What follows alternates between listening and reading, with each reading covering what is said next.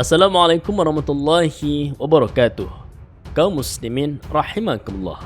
Saatnya kita menyelami kehidupan sahabat yang berhati lembut, zuhud serta tekun beribadah kepada Allah, yaitu Abdullah bin Qais yang dikenal dengan julukan Abu Musa al-Ash'ari, seorang pemimpin terkemuka, sahabat Rasulullah serta ahli hukum Islam dan ilmu Al-Quran. Dan bagaimana kelanjutannya? Tonton terus video ini hingga selesai untuk mengetahui kisah selengkapnya. Rasulullah bersabda, telah datang kepada kalian penduduk Yaman. Mereka adalah orang-orang yang punya hati paling lembut dan halus. Keimanannya adalah Yaman dan hikmah adalah Yaman. Meski usianya masih relatif muda, Abu Musa sudah mengingkari dalam hati penyembahan kaumnya terhadap berhala-berhala yang tidak mendatangkan manfaat. Tidak lama sesudah mendengar berita mengenai diutusnya Nabi, Abu Musa al-Ash'ari meninggalkan kampung halamannya di Yaman menuju Mekah al-Mukarramah. Setelah tiba di Mekah dan bertemu Nabi, dia pun segera masuk Islam karena Allah semata. Di malam berikutnya, Abdullah bin Qais atau Abu Musa al-Ash'ari kembali menemui Rasulullah. Kali ini ia datang bersama pamannya Abu Amir, dan ia pun juga segera mengucap 2 kalimat syahadat dan masuk Islam. Nabi pun bergembira karena keduanya termasuk orang-orang yang lebih dahulu masuk Islam dari kalangan kaumnya. Nabi juga memberitahukan bahwa agama ini pasti memperoleh kemenangan dan akan dianut oleh bangsa Arab maupun non-Arab, serta yang akan diteguhkan Allah di atas muka bumi ini.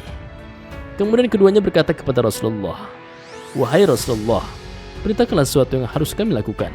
Jika engkau menghendaki, kami bersedia tinggal bersama engkau dan menanggung penderitaan sebagaimana dialami saudara-saudara muslim kami." Mendengar pernyataan demikian, Nabi memuji kebaikan mereka berdua, lalu menyuruh keduanya kembali ke kampung halamannya di Yaman untuk mendakwahkan agama Allah ini kepada kaumnya. Hingga kelak kalau agama ini sudah tampak kejayaannya di Mekah, mereka boleh berhijrah dari Yaman untuk menemui Nabi lagi. Kedua pemuda itu pun mematuhi perintah Rasulullah. Abu Musa al-Ash'ari serta Abu Amir menetap di Mekah beberapa malam sesudah peristiwa tadi. Sekembalinya ke negeri Yaman, Abu Musa mulai mendakwahkan agama Allah kepada kaumnya setelah sekian lama tinggal di Yaman, sambil mengajarkan kepada kaumnya Al-Quran dan Sunnah Rasulullah. Ringkas cerita, Abu Musa mendengar berita ihwal hijrahnya Nabi ke Madinah sampai kepadanya. Maka ia pun segera berangkat hijrah sekitar 50 orang dari kaumnya. Kami menaiki sebuah perahu. Lantas perahu menaparkan kami ke wilayah kekuasaan Raja Najasyi ke Habasyah atau Ethiopia. Di sana kami bertemu dengan rombongan Ja'far bin Abu Thalib dan tinggal sementara bersamanya. Saat tiba di Madinah, mereka mengulurkan tangan untuk berjabat tangan, dan merekalah yang pertama kali melakukan jabat tangan. Rasulullah bersabda, "Mereka adalah kaummu, wahai Abu Musa." Beliau memberi isyarat kepadanya.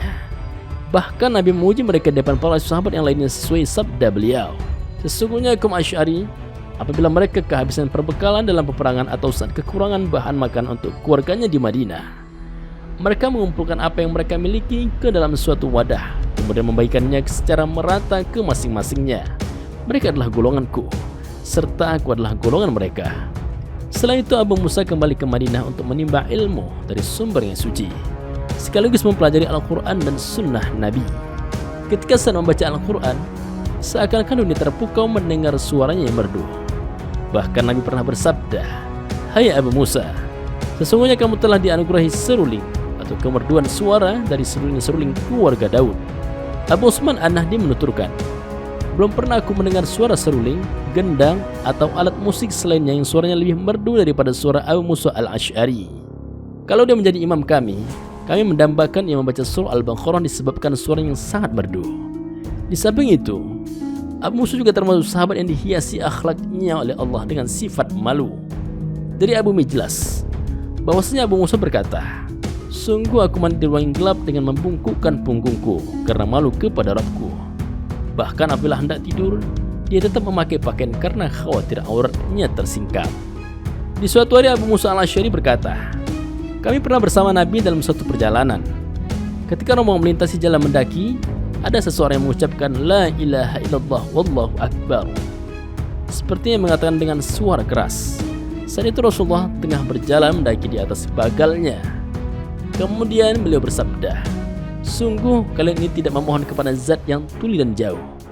Lantas beliau bertanya, 'Wahai Abu Musa, maukah aku tunjukkan kepadamu suatu kalimat yang termasuk dari perbendaharaan surga?' Aku menjawab, 'Tentu wahai Rasulullah.' Beliau bersabda, 'Katakanlah, La haula wala quwata illa billah. Abu Musa senantiasa menamai Rasulullah hingga ia merupakan orang yang sangat dipercaya serta dicintai oleh Rasulullah sepanjang hidupnya. Itu terus berlangsung hingga beliau wafat dalam keadaan ridha kepadanya. Abu Musa begitu bersedia atas meninggalnya orang yang paling ia cintai. Abu Musa juga hidup sampai masa kekhalifan Abu Bakar, Umar, Utsman, dan Ali radhiyallahu anhum. Bahkan ia juga senantiasa berjihad dalam kancah peperangan bersama pasukan muslimin. Sungguh semua sahabat mengakui keutamaan dan kedudukannya yang tinggi berdasarkan kesaksian Nabi. Usai menjalani kehidupan yang panjang yang penuh dengan perjuangan, pemberian, pengorbanan, dan jihad di jalan Allah, Abu Musa al-Asy'ari pada akhirnya harus terbaring di atas ranjang kematian. Demikian Allah menjaga keturunan hambanya yang beriman, bahkan sampai kepada cucu-cucunya jika amal perbuatannya ikhlas dilakukan semata-mata mengharap ridha Allah semata. Semoga Allah meridai Abu Musa al-Asy'ari dan seluruh sahabat-sahabatnya. Wallahu a'lam bis-shawab. Wassalamualaikum warahmatullahi wabarakatuh.